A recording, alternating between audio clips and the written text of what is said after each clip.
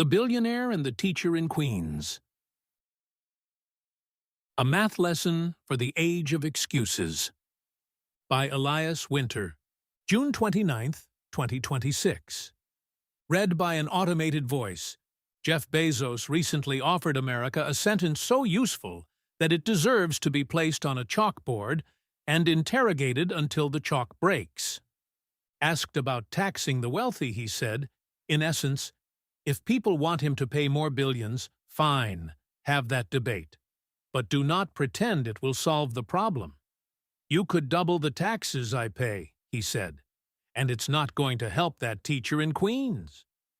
The interview was with CNBC, and the remark was reported in the context of Bezos arguing that the bottom half of earners should pay no federal income tax. He also said the top 1% already pays a large share of income taxes. Business Insider.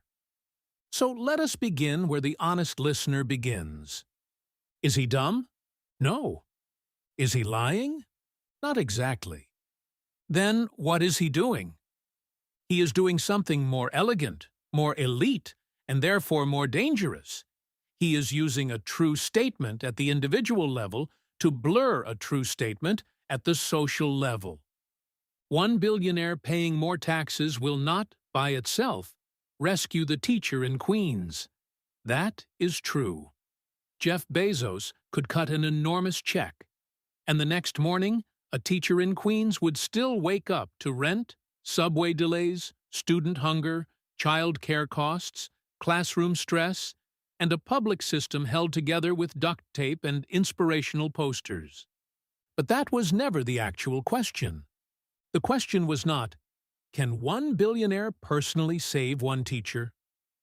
The question was, can a recurring tax policy on the wealthy, applied across the tax base, raise enough money to materially improve the lives of millions of people? That answer is yes. And Bezos knows enough math to know the difference. A man does not build Amazon by misunderstanding scale. Amazon is not a lemonade stand with a login page. Amazon is the cathedral of aggregation. It is the holy empire of pennies multiplied by billions of transactions. Bezos understands what happens when small units become massive systems. He simply becomes mysteriously allergic to multiplication when the subject is taxes. So, class, let us begin. Please take out your pencils. No, Jeffrey, you may not erase the denominator. The first thing to understand is a marginal tax rate. A marginal tax rate is not a tax on all your income. It is a tax on the next layer of your income. The IRS explains this directly. Americans pay income tax in layers called tax brackets.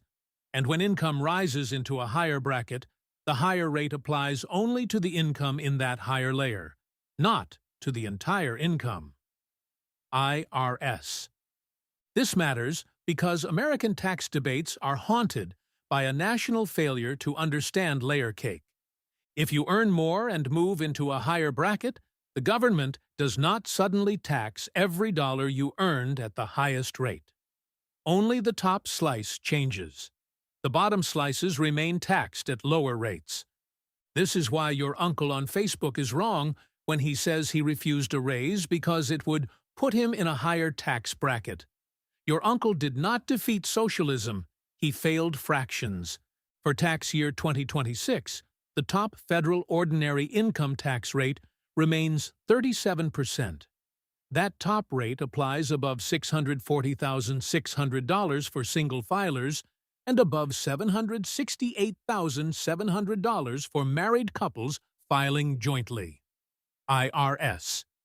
In our earlier calculation, we examined a hypothetical.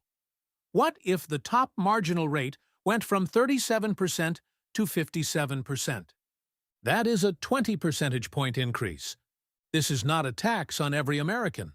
This is not even a tax on every dollar earned by a wealthy American. It is a higher tax on the income that lands in the top bracket. Now the chalkboard gets interesting. Using IRS statistics of income tax rate tables for tax year 2022, roughly $1.216 trillion of income was taxed at the 37% rate. The IRS publishes these individual tax rate and income percentile tables as part of its SOI data products, IRS. So the static math is simple. $1.216 trillion times 20% equals about $243 billion.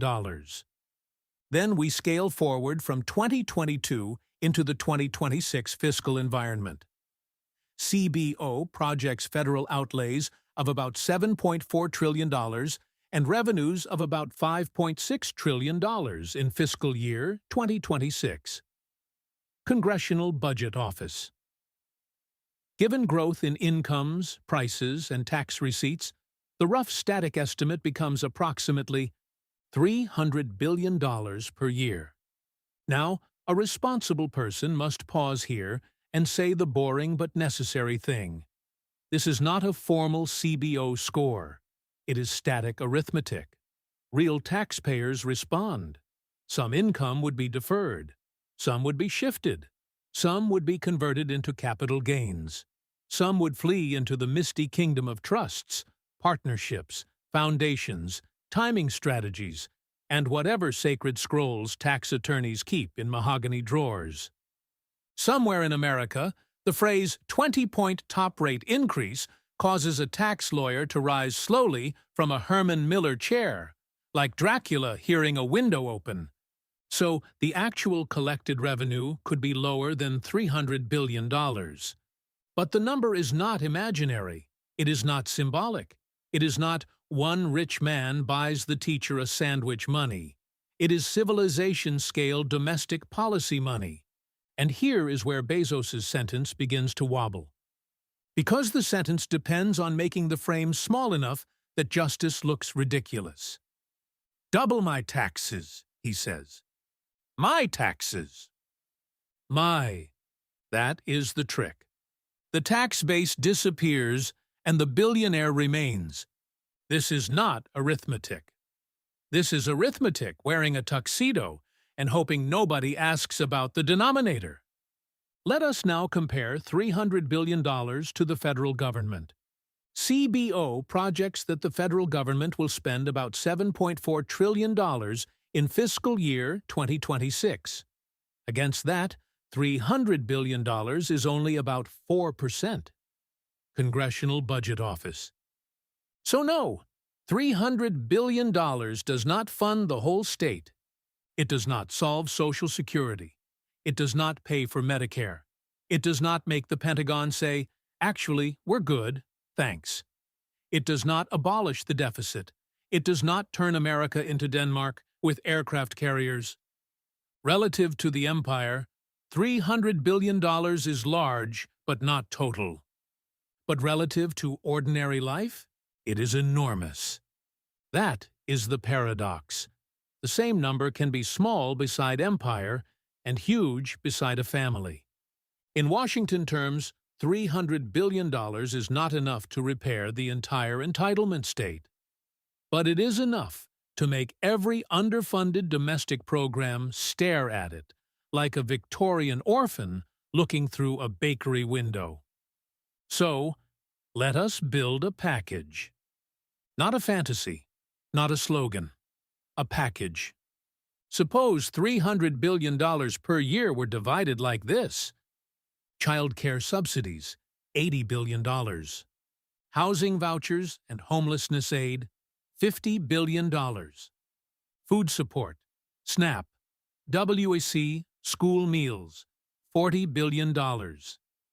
Head Start and Pre-K, $30 billion. Transit expansion, $50 billion. Public health and NIH, $30 billion. Rural hospitals, clinics, mental health, and addiction care, $20 billion. Total, $300 billion per year.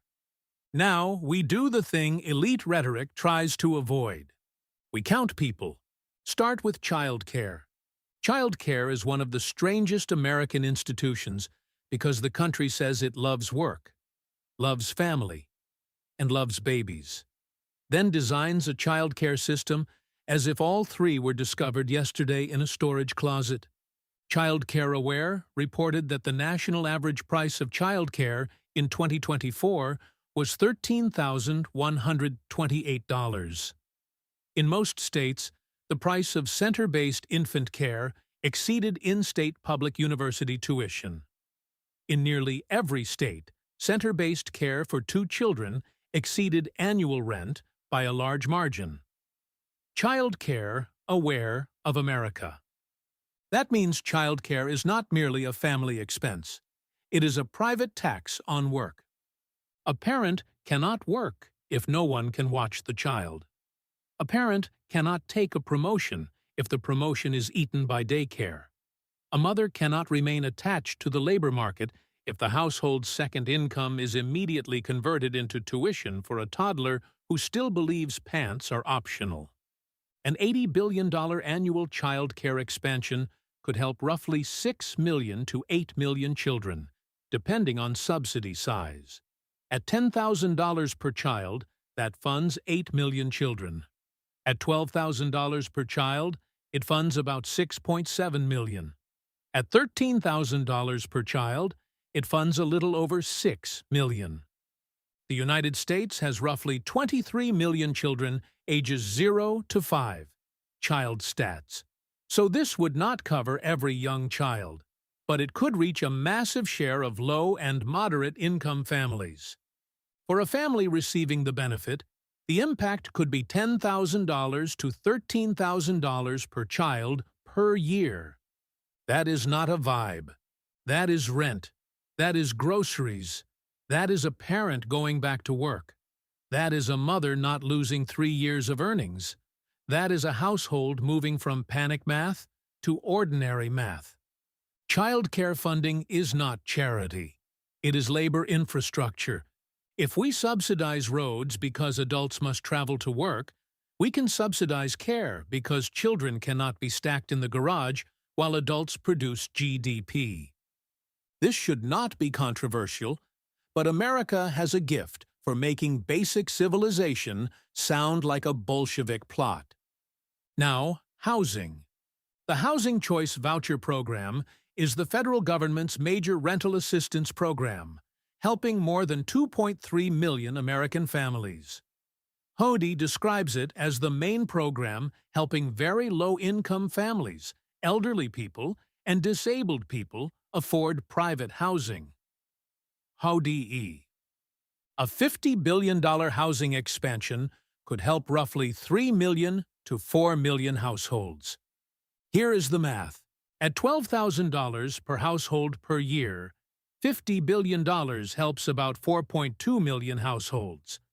At $15,000 per household, it helps about 3.3 million.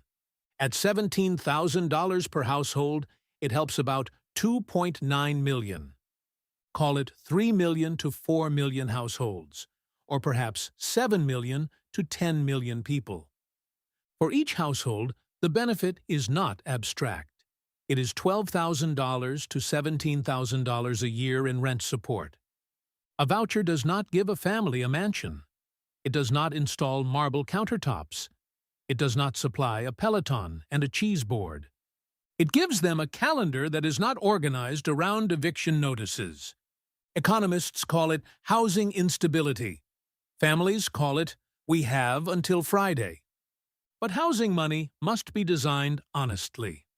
Vouchers without housing supply can become a cruel game. The family has help on paper, but cannot find a unit in reality. Landlords can refuse. Rents can rise. Local zoning can turn federal generosity into a scavenger hunt. So housing money must come with supply, enforcement, and administration. Otherwise, the landlord becomes the final boss. Still, the magnitude matters. At $50 billion a year, this is not a symbolic gesture toward homelessness. This is enough to dramatically expand rental assistance and stabilize millions of households.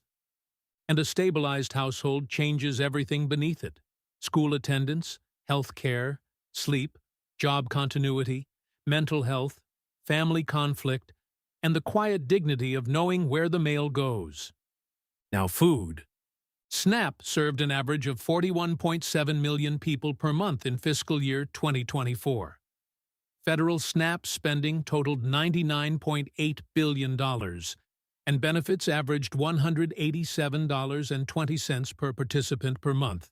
Economic Research Service. If $40 billion were spread across current SNAP participants, the arithmetic is again simple. $40 billion divided by 41.7 million people equals about $960 per person per year. That is about $80 per person per month. For a family of 3, that is $240 per month. No, this does not buy a yacht. It may not even buy eggs if the chickens have unionized. But for a low-income family, $240 a month in food support is real. It is the difference between food lasting until the end of the month and food disappearing on the 21st. It is fewer skipped meals. It is less parental humiliation. It is a child not trying to learn multiplication while hungry. The food package would probably not go only to SNAP. It could also support WIC and school meals. The National School Lunch Program provided more than 4.8 billion lunches in fiscal year 2024 at a federal cost of $17.7 billion. Economic Research Service. Preliminary FY 2025 school nutrition data show about 29.9 million students participating in school lunch each day. School Nutrition Association. So the $40 billion could fund a mix: higher SNAP benefits, stronger WIC, universal school meals, summer food programs, and administrative simplification. There is no market innovation that makes a hungry third grader better at fractions, though surely someone in Palo Alto is pitching one. Food programs look small per person until you remember that hunger also arrives per person. Now, Head Start and Pre-K. Head Start was funded to serve 715,873 children and pregnant women in fiscal year 2024. HeadStart.gov. A $30 billion expansion would be enormous relative to the current program. At roughly $16,000 to $17,000 per funded slot, it could add around 1.8 million slots. If delivered through lower-cost pre-K models at $13,000 to $15,000 per child, it could reach 2 million to 2.3 million children. This is not simply babysitting with crayons. Pre-K and Head Start combine early learning, nutrition, developmental screening, family support, and school readiness. It is where the future shows up wearing Velcro shoes. The Republic may not survive cable news, but it has a better chance if 4-year-olds can identify letters, eat breakfast, get screened for developmental delays, and stop being treated as tiny freelancers in the education marketplace. The benefit per child is large: $13,000 to $17,000 per year in early education and related services. But the social value is larger than the check. A child who enters kindergarten ready to learn changes the teacher's job. A parent with a stable early education slot changes the household's labor math. A school receiving children with fewer unmet needs changes the classroom. Again, not a vibe. A pre-K slot is Tuesday morning. Now, transit. A $50 billion transit expansion would be gigantic relative to current federal transit support. U.S. public transit agencies delivered about 7.7 billion passenger trips in 2024, according to APTA reported figures. Metro. Transit is harder to translate into per-person benefit because people experience it as time, reliability, access, and geography. But we can still do the math. If $50 billion benefits 20 million regular riders, that is $2,500 per rider per year. If it benefits 40 million regular or occasional riders, that is $1,250 per rider per year. If measured by 7.7 billion annual trips, $50 billion equals about $6.50 per trip in added investment. That money could buy more frequent buses, better evening and weekend service, bus rapid transit, accessibility upgrades, electrification, station improvements, maintenance, and fare relief. In America, we often treat the bus as a moral failure on wheels, then wonder why people cannot get to work. But a bus that comes every 10 minutes instead of every 40 is not a lifestyle amenity. It is time returned to the poor. It is a mother getting home before bedtime. It is a student reaching community college. It is a disabled person reaching a clinic. It is a worker not needing a second car to survive a low-wage job. Transit is not just transportation. Transit is the geometry of opportunity. Of course, transit money can also be wasted.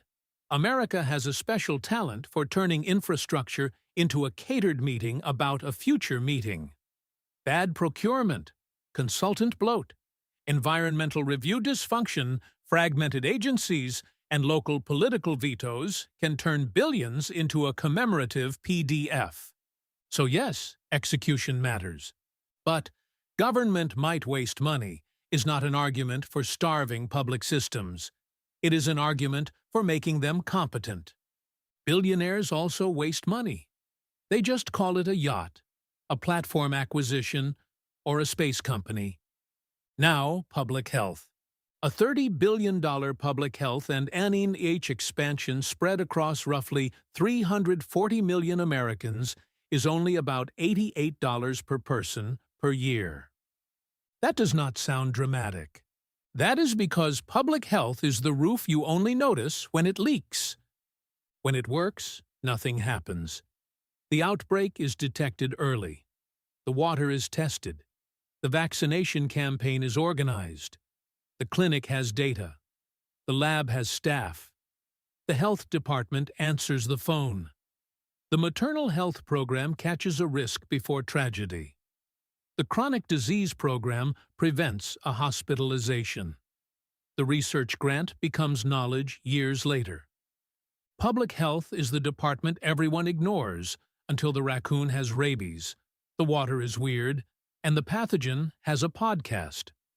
HRSA-funded health centers alone served more than 32.4 million people in 2024, including 1 in 8 children, 1 in 5 rural residents, and 25.1 million uninsured, Medicaid, and Medicare patients. About 90% of health center patients had incomes at or below 200% of the federal poverty level. Bureau of Primary Health Care.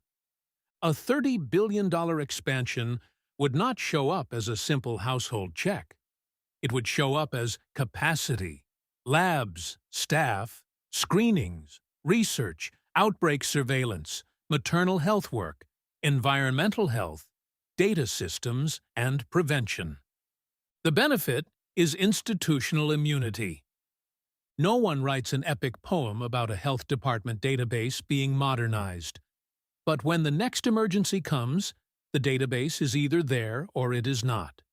The staff are either trained or they are not. The lab either has capacity or it does not. Civilization is often the boring thing that worked before anyone had to panic. Now, clinics, rural hospitals, mental health, and addiction care. A $20 billion annual expansion could plausibly reach 20 million to 35 million patients or clients, depending on how it is structured. At 20 million people, the benefit is $1,000 per person per year. At 35 million, it is about $570 per person per year. That money could expand community health centers, stabilize rural hospitals, fund mental health crisis teams, add addiction treatment slots, support medication-assisted treatment, hire behavioral health clinicians, and build alternatives to the emergency room and jail. The American healthcare system often asks, what if we waited until everything became an emergency and then paid triple?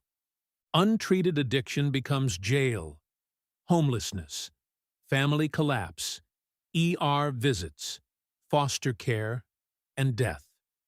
Untreated mental illness becomes police response, school disruption, workplace absence, suicide risk, and family exhaustion. A rural hospital closure becomes a town, learning that distance is also a medical condition. The point of this $20 billion is not softness. It is cheaper than collapse. A country that refuses to fund ordinary care will eventually fund extraordinary breakdown. The bill always arrives. The only question is whether it arrives as a clinic appointment or a siren. Now let us return to the teacher in Queens. She was summoned into the debate as a prop. Bezos needed a normal person, a sympathetic person, a public servant. He did not say, private equity partner in Greenwich. He said, teacher in Queens. Good.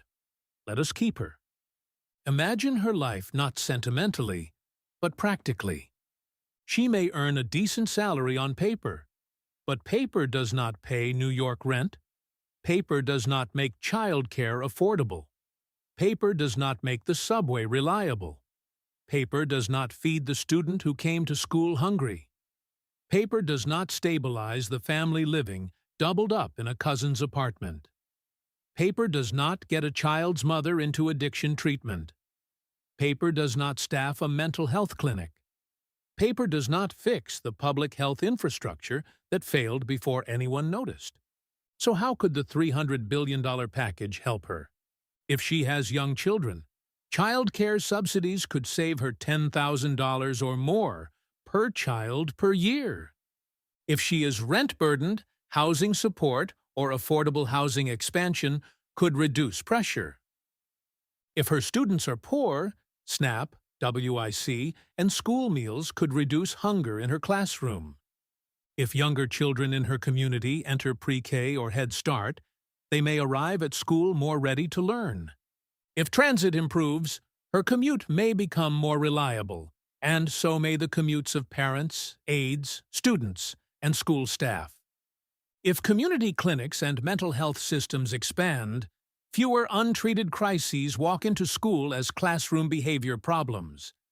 If public health capacity improves, the school is not left to improvise every social failure with a newsletter and a nurse who is already overwhelmed. Bezos is right that his personal tax bill does not walk into her classroom carrying a sandwich, but public revenue can fund the systems that determine whether her students are hungry, housed, cared for, treated, transported, and ready to learn. The money does not arrive wearing a cape labeled Jeff's taxes. It arrives, if democracy works, as a lunch tray, a rent voucher, a child care slot, a clinic appointment, a bus that actually shows up. That is the part his sentence hides. Not because the sentence is false in the smallest possible frame, because it invites the smallest possible frame. So, dumb, lying, or something worse. Not dumb. A person who built Amazon understands aggregation. He understands scale. He understands recurring flows. He understands that a tiny margin multiplied over millions of transactions becomes a fortune. He understands logistics, systems, and the magic of denominator management. Not necessarily lying in the narrowest sense. If Jeff Bezos alone paid more taxes, that would not automatically fix life for every teacher in Queens. The federal government would have to allocate the money. New York would have to administer programs. Agencies would have to execute. Institutions would have to function. Democracy would have to do something more advanced than generate outrage clips for people with ring lights. But misleading? Yes, deeply. The move is this. True microclaim. One billionaire's extra tax bill does not solve one teacher's whole life. False implied macro claim. Therefore, taxing the wealthy as a class cannot materially help ordinary people.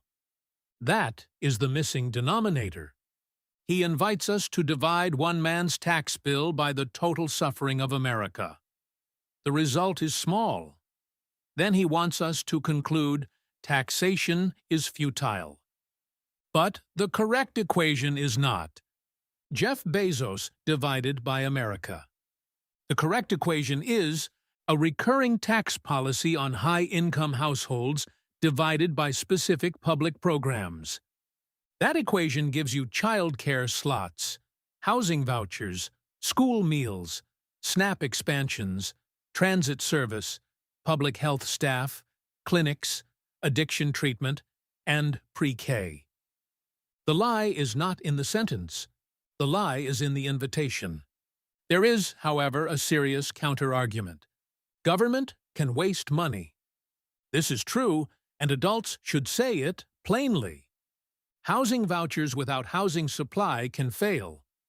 Child care subsidies without provider expansion can raise prices or create wait lists. Transit capital money can vanish into procurement hell. Health spending can be captured by large provider systems. Eligibility rules can become a maze that humiliates the people they claim to help. Consultants can multiply like mold in a damp basement. America can turn a moral necessity into a pilot program, a steering committee, a dashboard, a PDF, a webinar, and finally a grant that expires before anyone hires staff. Yes, execution matters. But execution risk is not an argument against revenue. It is an argument for competence. The answer to bad public administration is not public starvation. It is better administration. If a bridge is badly built, we do not conclude that rivers are fake.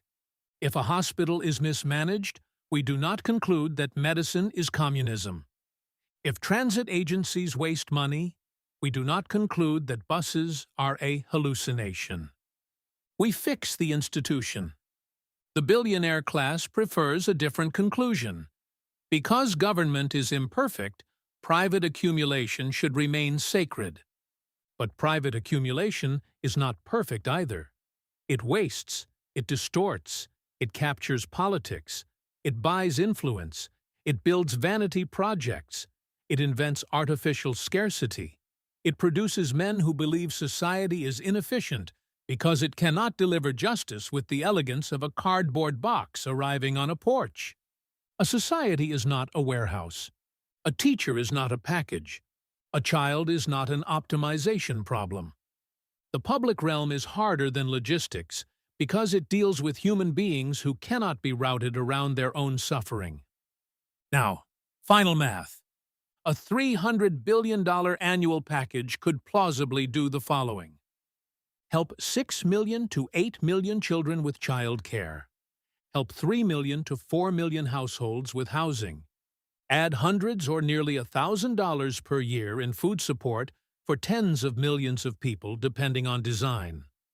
Fund roughly 1.8 million to 2.3 million additional early education slots. Improve transit for 20 million to 40 million riders. Rebuild public health capacity for the whole country.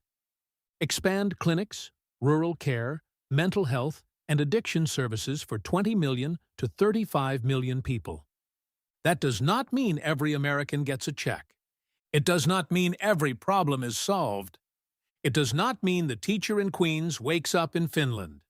But it means tens of millions of Americans experience material changes. Rent pressure lowered, child care made possible, food extended, commutes improved, clinics staffed, children prepared, crises prevented. This is the part we must say plainly. A child care subsidy is math. A housing voucher is math. A lunch is math. A bus schedule is math. A clinic appointment is math. A public health lab is math. A tax bracket is math. A budget is not a metaphor. A program is not a mood. A society that refuses to count honestly will eventually call cruelty realism. Jeff Bezos said doubling his taxes would not help the teacher in Queens. The teacher in Queens does not need Jeff Bezos to personally rescue her. She needs a society that can still multiply. The tragedy is not that billionaires cannot do math. The tragedy is that they know exactly when to stop doing it. Elias Winter, author of Language Matters, a space for reflection on language, power, and decline. Thanks for reading Language Matters. Subscribe for free to receive new posts and support my work.